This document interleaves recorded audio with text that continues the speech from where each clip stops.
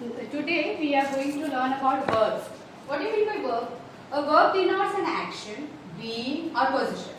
मतलब कुछ एक्शन दिखाता है, कुछ करने का दिखाता है, या वो जो है being, ओके, और पोजेशन किसके पास में है, किसकी कस्टडी में है, जो प्रोसेस करता है, वो दिखाने के लिए जो वर्ड्स यूज करते हैं उसको वर्ब बोलते हैं.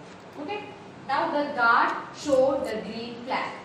गार्ड जो है उसने क्या दिखाया? ग्रीन फ्लैग दिखाया. Showed is an action word, so it is verb. Okay. Madhu is intelligent. Madhu कैसा है? मधु इंटेलिजेंट है. ठीक है. तो इज जो है वो बीइंग को दिखाता है. वो कैसा है? वो बुद्धिमान है. ठीक है. वो इंटेलिजेंट है. Now I have a beautiful diary. मेरे पास क्या है? मेरे पास एक सुंदर डायरी है. तो ये मेरे कस्टडी में है. उसको दिखाने के लिए हम कौन सा वर्ब यूज करेंगे? हैव. तो ये जो है शोड जो है ये मेन वर्ब है. इज, हैव ये क्या है? हेल्पिंग वर्ब है. तो जब बीइंग दिखाते हैं तो हम हेल्पिंग वर्ब यूज करते हैं. जब कस्टडी में दिखाते हैं तो वो हम हैज और हैव, हैड ये हेल्पिंग वर्ब का यूज करते हैं. ठीक है. नाउ अब वर्ब कैसे कैसे वर्ब होते हैं उसकी varieties. A verb that requires an object to complete the meaning is called a transitive verb. तो जो वर्ब को एक ऑब्जेक्ट की जरूरत पड़ती है कि वो सेंटेंस का मीनिंग अच्छे से समझाया जाए. ऐसा जो वर्ब है तो उसको क्या बोलते हैं? Transitive verb. हिंदी में क्या बोलते हैं उसको? सकर्मक क्रिया. क्या बोलते हैं? सकर्मक क्रिया जिसमें कर्म होता है, ऑब्जेक्ट होता है, तो उसको ट्रांसिटिव वर्ब बोलते हैं, सकर्मक क्रिया बोलते हैं. Like for example the patient needs medicine. Patient को क्या चाहिए? मेडिसिन चाहिए. Needs what? Medicine. Medicine is a object over here. Okay. So this is a transitive verb. Needs is a transitive verb here. The patient needs medicine. Okay. Now if doesn't need a object, though then it is called intransitive verb. Akarmak kriya. A verb that does not require an object to complete its meaning, but has a complete meaning. मतलब वो एक meaning complete करने के लिए उसको object की जरूरत नहीं है. वो अपने आप में ही वो उसका मीनिंग कन्वे करता है. तो उसको क्या वर्ब, कौन सा वर्ब बोलते हैं हम? इंट्रांसिटिव वर्ब या आकर्मक क्रिया बोलते हैं. देखो द चाइल्ड स्माइल. चाइल्ड मुस्कुराया. किस पे मुस्कुराया? क्यों मुस्कुराया? वो कुछ भी नहीं, उसके ऑब्जेक्ट की जरूरत ही नहीं है. हमें समझ में आ गया था बच्चा मुस्कुराया. Okay. So this is called intransitive verb.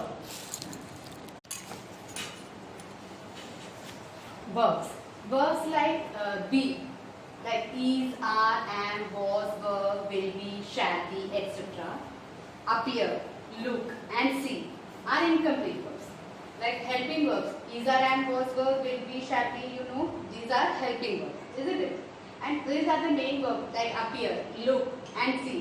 But these verbs are incomplete. How it is incomplete? Because they need complements to complete their meaning. If we say the child is brilliant, the child is, it is not complete in all respect. Okay, the child is. बच्चा है, बच्चा कैसा है? उसके लिए हमें complement चाहिए होगा, है ना? तो what is the complement over here? Brilliant. The child is brilliant. It appears very good. It appears. It appears. ये दिखता है, बहुत अच्छा दिखता है ना? तो it appears के साथ वेरी गुड कॉम्प्लीमेंट चाहिए होगा, तभी वो मीनिंग को अच्छी तरह से कन्वे कर पाएगा. Okay. Now chief parts of a verb. The present tense that is first form, okay, and the past tense that is second form. So there are 3 forms of verbs. Okay. So the past tense second form and the past participle form is third form. Okay. Now go का first form है और second form क्या है? Went. Third form क्या है? Gone. Go, went, gone. Write लिखना. Write, wrote, written. लिखा है, लिख लिया, लिख चुका है. ईट, एट, ईटन. ईट खा रहा है, खाया और खा चुका है. ओके. डू डिड डन, कर रहा है, कर चुका, कर दिया, कर चुका है, डन। टीच टॉट टॉट, पढ़ा रहा है, पढ़ा दिया, पढ़ा चुके हैं। Okay, I hope all of you understood this much. Transitive verb, what do you mean by transitive verb? The verb which has objects, okay, which need an object to complete its meaning. Okay, transitive verbs have two objects, which are the direct object and the indirect object. Now let us know direct object means what? A noun or a pronoun that directly receives the action denoted by the verb in a sentence.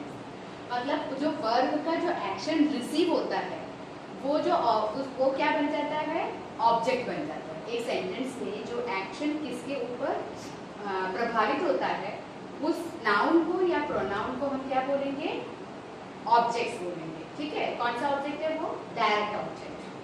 Direct object तो है वो, उसमें हम अगर question पूछते हैं what, तो what का आंसर मिलता है तो वो डायरेक्ट ऑब्जेक्ट है। ठीक है, now indirect object. Indirect object means a noun or pronoun that receives the direct object.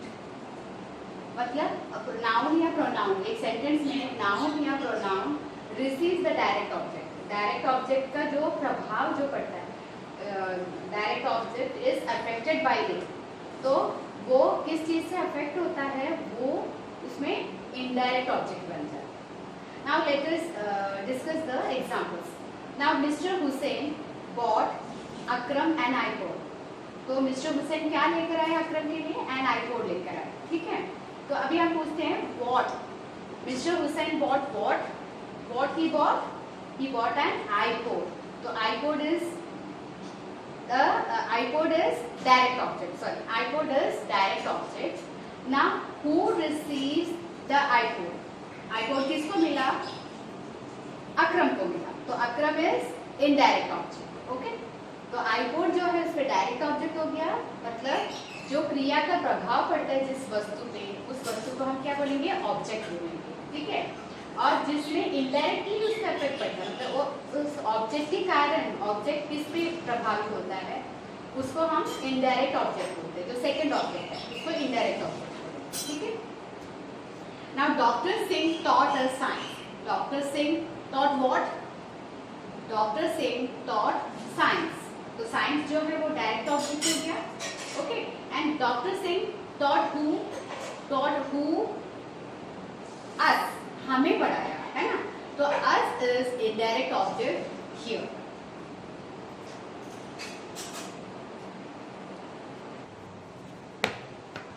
There are 14 auxiliary verbs, auxiliary या helping verbs. Okay, like be, will, can, may, shall, ought to, must, have, would.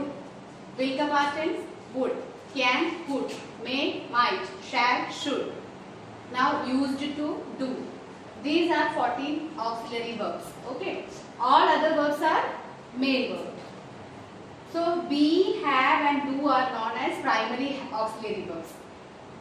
So auxiliary, it can be used as auxiliary verb as well as the main verb. इसलिए इसको क्या बोलते हैं, primary auxiliary verbs बोलते हैं। ठीक है, modal verb used to express the mood और attitude of a speaker.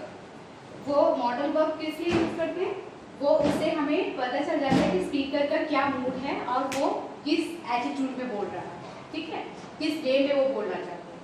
Can, like modal auxiliary verbs कौन से हैं, can, could, may, might, will, would, shall, should, must, ought to, need, dare.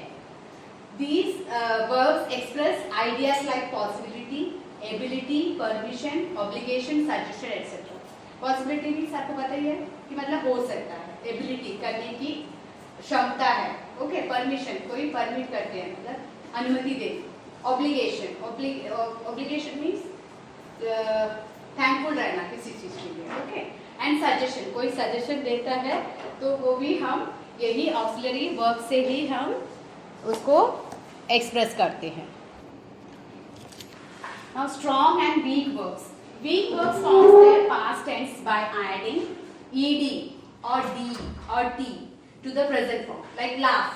Laughed, उसमें ED लगा लिया। Okay, learn, learned, उसमें last में क्या लगा, हमने टी लगाया। Okay, receive, received, only D is added. तो ऐसे जो वर्ब्स आते हैं उसको वीक वर्ब्स बोलते हैं।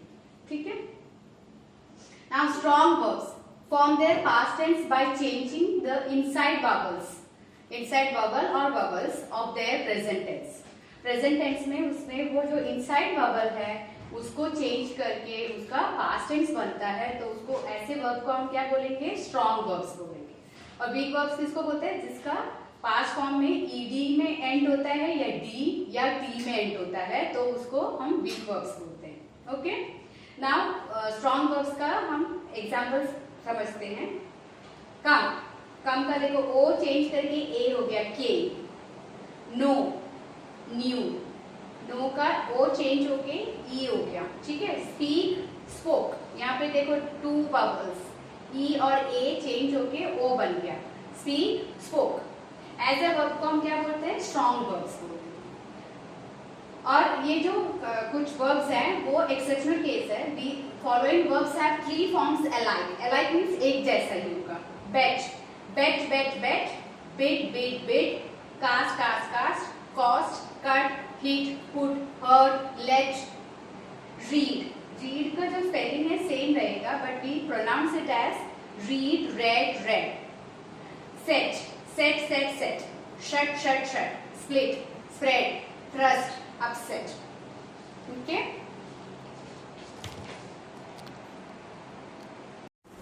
some troublesome verbs। bear, it means to give birth। past form of bear, bore, b-o-r-e, bore, bone। bear, to carry, मतलब कुछ लेकर जाना। bore, bore, bore का स्पेलिंग देखो, इसमें ई आएगा, इसमें ई नहीं आएगा। जो हम बर्थ लेते हैं तो उसमें I was born on 24 May. Okay, ऐसे यहाँ पे टू कैरी, टू बॉर्न है ना, to born means the past participle form of bear, to carry का। ओके, नाउ हैंग, हैंग का भी 2 मीनिंग होता है, लाइक टू सस्पेंड, किसी चीज में ऐसे लटकाना, उसको हैंग करना बोलते हैं। ठीक है, उसका पास्ट टेंस क्या है, hung, and past participle is also hung. hang, to put to death by tying a rope round the neck। hang to death बोलते हैं ना, hanged to death, मतलब मारने के लिए वो गले में ऐसे रॉप बांध के लटकाते हैं, उसको बोलते हैं हैंग करना। ओके, तो हैंग का 2 मीनिंग है, एक तो लटकाना और एक मार डालना। ओके, उसका जो पास्ट फॉर्म है हैंड, हैंग, उसके साथ हैंग के साथ ईडी लग जाता है। और वो जो कुछ टांगने के लिए जो होता है उसमें हंग, हंग आएगा उसका पास। लाई, लाई मीन्स टू रेस्ट और रिमेन, मतलब लेटना। हम रेस्ट करने के लिए लेट जाते हैं ना बेड पे, I lay down on the bed. Okay, so lie, लेटना, ले, लेइंग। अब लाई, टू स्पीक फॉल्सली, मतलब झूठ बोलना। लाई का पास्ट फॉर्म क्या है, झूठ बोलने का, लाइड, लाइड, LIDED। अब ले, टू पुट और टू प्लेस समथिंग डाउन, कुछ चीजें रख देना या नीचे रख देना। Laid, I lay down some biscuits for dog. Okay, I lay down some biscuit for my dog. Lay, laid, laid. Now fell, fell का मीनिंग क्या होता है, फॉल का पास्ट टेंस होता है, फॉल, फेल, फेल होता है ना। और फेल जो है उसको हम प्रेजेंट टेंस में भी यूज करते हैं, लेकिन उसका मीनिंग डिफरेंट हो जाता है। Like to cause something to fall, fell down the trees, मतलब पेड़ों को गिरा देना। The wrestler fell down the competitor. Okay, तो रेसलर जो उसकी जो कॉम्पिटिटर है उसको गिरा दिया, तो फेल, फेल्ड, फेल्ड। तो अगर फेल जब हम प्रेजेंट टेंस में यूज करते हैं उसका मतलब है to cause something to fall, किसी चीज को गिराने का कारण बन जाता है। ठीक है,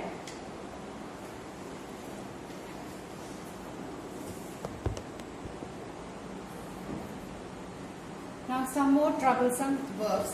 saw, to cut, otherwise see का past form होता है saw, see, saw, saw, मतलब see माने देखना, saw देख लिया, है ना। now here saw used in a present form, that means to cut। saw, sawed, sawn।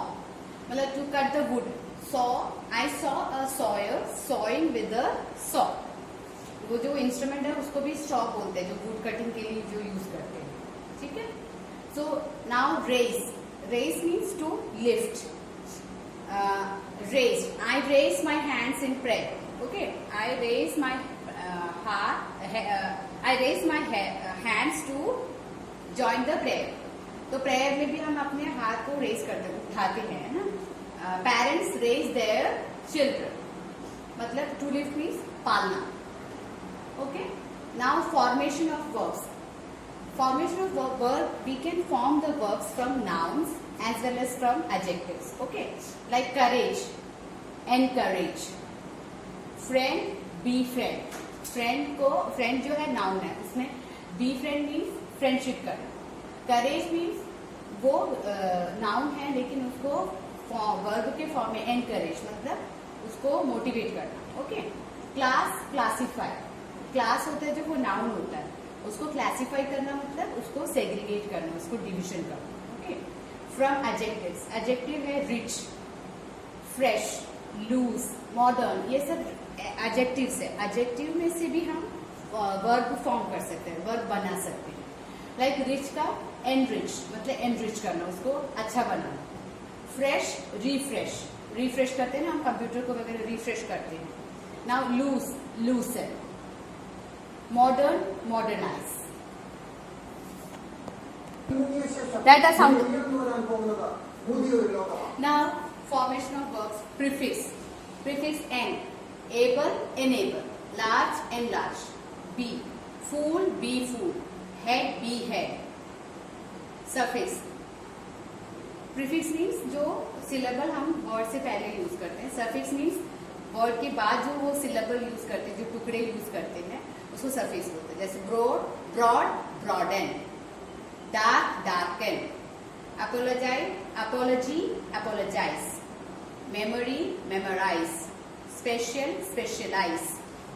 अब F Y, beauty, beautify, clear, clarify, horror, horrify, others, bath, bathe, breath, breathe, company, accompany, fine, refine, sail, sell, prison, imprison, food, feed, custom, accustom, tale, tell, blood, bleed। See, while you form the verbs, you have to keep it the mind of the spellings, okay। spellings का पूरा ध्यान रखना है। जैसे breath, breathe हो गया, breathe, breath, breathe हो गया तो उसमें ई ऐड हो गया। बाथ, बेथ हो गया, ठीक है। जब वर्ब बनते हैं तो उसमें कुछ डिफरेंस आ जाता है, जैसे क्लियर, क्लैरिफाई, और यहाँ पे कस्टम, एक्स्टम, मतलब काफी वर्ड्स में जो है स्पेलिंग चेंज हो जाता है। That you have to keep it in your mind.